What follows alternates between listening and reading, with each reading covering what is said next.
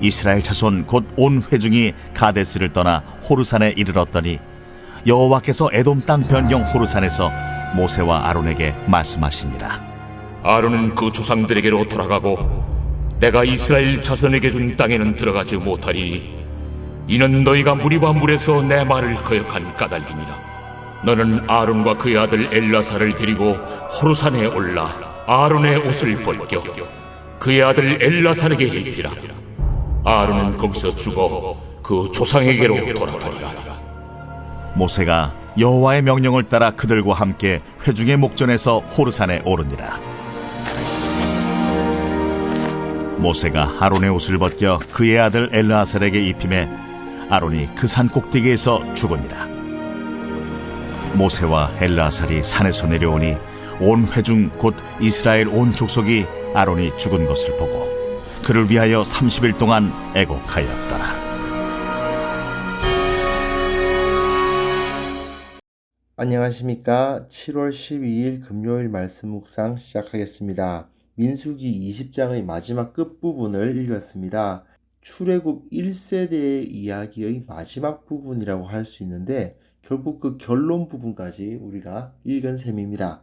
민수기는 시내산에서 그 진영을 짜는 이야기로부터 시작했죠. 12지파의 그 숫자를 세고 그리고 그 12지파가 어느 위치에 진영을 짤 것이며 그 중앙에 레위인들이 서야 하고 그리고 진행해 나갈 때는 어떤 순서로 진행해 나갈 것인가에 대한 이야기가 쭉 나왔었습니다. 즉 군중이었던 이스라엘 백성들을 군대로 재편성해서 그 10장 10절까지 모든 재편성이 다 끝나고 가나안 땅으로 진격해 나가는 이야기가 있었죠.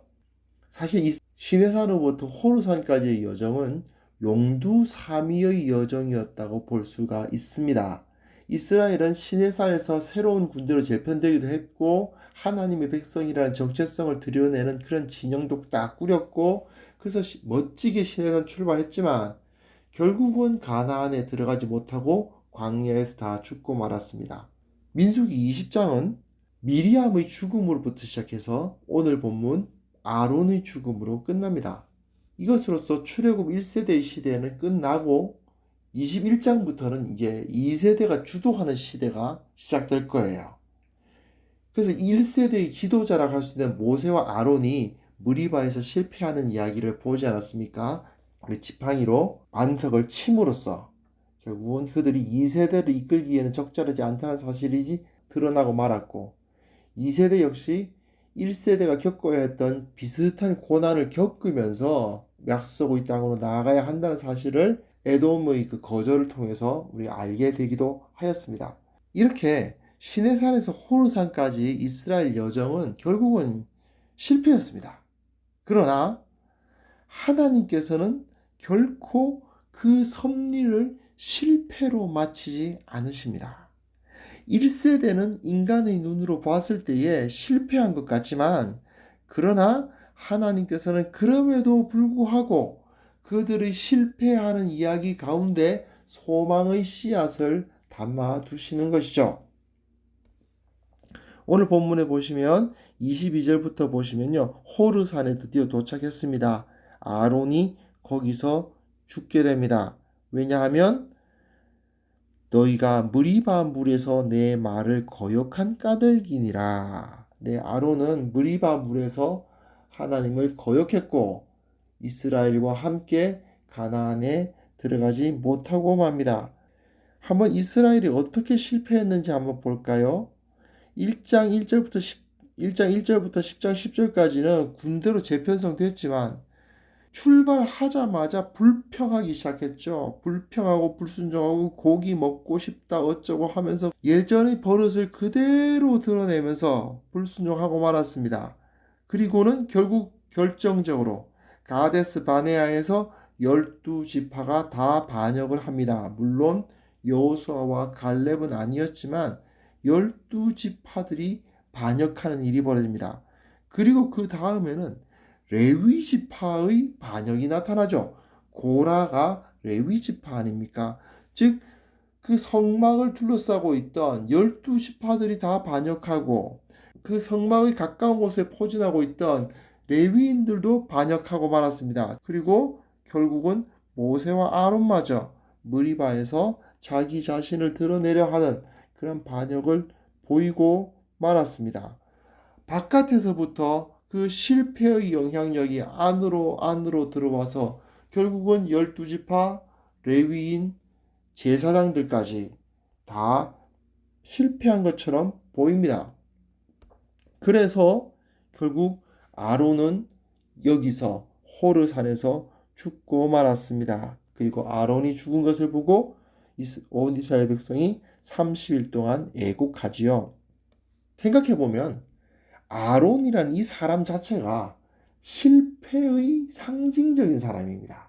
한번 생각해 보십시오. 결국은 그 가나안 땅에 들어가지 못하고 호르산에서 죽었다는 것도 실패처럼 보입니다. 사실 그는 시내산에서 금송아지 만든 사람이죠. 예, 그때부터 실패하기 시작했습니다. 대제사장으로 세워졌어요. 세워지고 난 다음에도 두 아들 나답과 아비후는 다른 불 들이다가 죽임을 당합니다. 이후에 또 미리암과 함께 모세를 공박하기도 했죠. 모세가 그 구스 여자와 결혼했다는 것 때문에 막 공박하기도 하고, 어찌 보면 그는 가나안 땅에 들어가지도 못했고 시내산에서부터 시작해서 호르산까지 철저히 실패하는 삶을 산 것만 같습니다. 그러나 이스라엘은 그의 죽음으로 인하여 30일을 애곡하고 있어요. 그는 실패의 상징과도 같이 보이는 사람이었지만 그럼에도 불구하고 대제사장으로서의 자리를 지켰고 대제사장으로서의 위엄을 지키며 그 최후를 맞았다는 사실이 중요합니다. 비록 아론은 실패의 아이콘처럼 보이는 사람이지만 그러나 그 아들 엘르아살에게 그 자리를 넘겨줌으로써 이스라엘의 사명은 사라지지 않고 그 아들대로 그대로 전수되고 이스라엘 제2세대는 가나안 땅을 차지하게 되었죠. 이처럼 아론은 분명히 실패한 것 같습니다. 그리고 이스라엘은 실패한 것 같습니다. 민수기라는 책의 메시지 자체가 이스라엘을 위해서 하나님께서 모든 것을 다 준비해 주셨음에도 불구하고 그들은 실패했다라는 메시지를 던지고 있는 책입니다. 그리고 그 실패의 가장 중요한 그 중심에는 바로 이 사람 아론이 있습니다. 정말 실패의 상징과도 같은 사람입니다. 하지만 그의 삶은 정말 늘 실패하고 불순종하는 자리에 있고 하나님의 뜻을 다 따르지 못하는 삶을 산 것 같았음에도 불구하고 그는 대제사장으로서 인정을 받았고 대제사장으로서의 위엄을 지키며 비록 가나안 땅에 들어가지 못했지만 그 최후를 대제사장으로서 맞이할 수 있었습니다. 사실 생각해보면 예수님의 사역은 어떻습니까? 예수님의 사역도 인간적인 눈으로 보면 용두사미로 끝난 것 같지 않습니까? 예수님께서 갈릴리에서만 해도 정말 대단하셨죠. 5,000명을 먹이면서 수많은 군중들이 모이고 예수님의 추종자가 얼마나 많았습니까? 근데 그 예수님이 예루살렘으로 내려오실 때에는 결국 조금씩 사람들이 다 떨어져 나가더니 결국은 잡히실 때 다 도망가고 결국 홀로 십자가를 지셨죠. 어떻게 보면 정말 실패의 아이콘 예수님이 아닐까 생각이 됩니다. 하지만 우리는 예수님의 그 실패하신 모습 뒤에 온 세상을 구원하시는 하나님의 역사, 하나님의 소망이 숨어 있었음을 알고 있지 않습니까? 우리의 삶과 사역을 볼 때에도 이런 눈으로 바라볼 필요가 있다고 생각합니다. 어쩌면 우리의 삶이 아론의 삶같이 되어 있을 수도 있어요. 믿음이 온전하지 않아서 하나님의 말씀 제대로 순종하지도 못하고 그리고 잘못된 판단을 하고 또 어느 정도 운도 없고 그래서 여러 가지 실패를 경험한 삶으로 끝나는구나 하는 생각이 들 수도 있습니다. 나는 나름대로 열심히 했는데 실패한다는 느낌을 받을 수도 있고요. 실제로 나를 생각해 보아도 내가 하나님 앞에 너무 불충했기 때문에 이렇게 실패할 수밖에 없었다고 인정할 수밖에 없는 그러한 상황에 놓여 있을 수도 있습니다. 그러나 하나님은 결코 우리의 인생을 실패로 끝나게 하지 않으십니다. 아론의 삶이, 예수님의 삶이 인간의 눈으로 보기에는 실패처럼 보일지 몰라도 그들의 삶을 통해서 예수님의 그 죽으심을 통해서 가장 중요한 소망이 전수되지 않았습니까?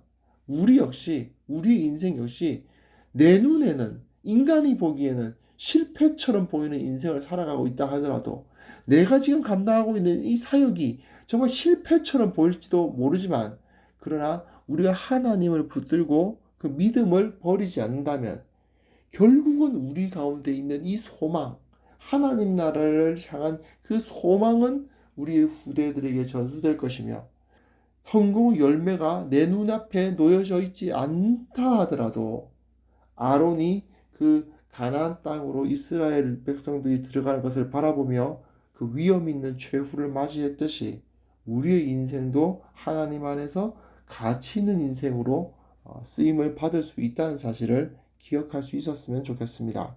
우리 모든 인생은 인간의 눈으로 볼 때는 가치 없는 인생, 실패한 인생처럼 보일지 모르지만 하나님께서는 그렇게 평가하지 않으실 것입니다. 우리가 하나님을 붙든다면 결코 우리는 실패한 인생으로 평가받으며 우리 삶을 마치게 되진 않을 것이라는 사실 확신하는 우리 모두가 되었으면 합니다. 하나님 아버지께서 우리 눈에 우리의 모습이 어떻게 보이든지 하나님께서 우리의 삶을 의미 있게 하시고 하나님께서 우리의 삶을 가치 있게 하시고 그리고 이것을 통해서 하나님 나라의 소망이 온 세상 가운데 전파될 수 있도록 도와주옵소서. 예수님의 이름으로 기도합니다. 아멘.